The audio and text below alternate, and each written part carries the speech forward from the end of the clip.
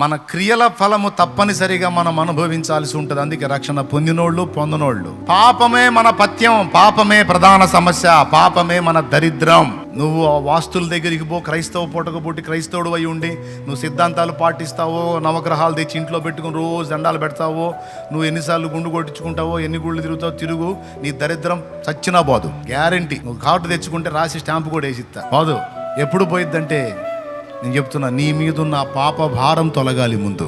పాపం అనేది ఎలాంటిదో తెలుసా? చెట్టుకు కాండం లాంటిది.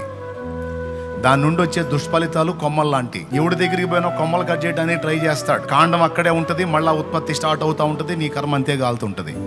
ఒక్క యేసు ప్రభువు మాత్రమే ఆయన రక్తముతో నీకు ప్రక్షాళన జరిగించి నీ మీద పనిచేసేటువంటి ఆ పాప శాప ఫలం అంతటిని కాండంతో కాదు వేర్లతో సహా తీసి అవతల పడేయడానికి యేసుకు మాత్రమే ఛాన్స్ ఉంది.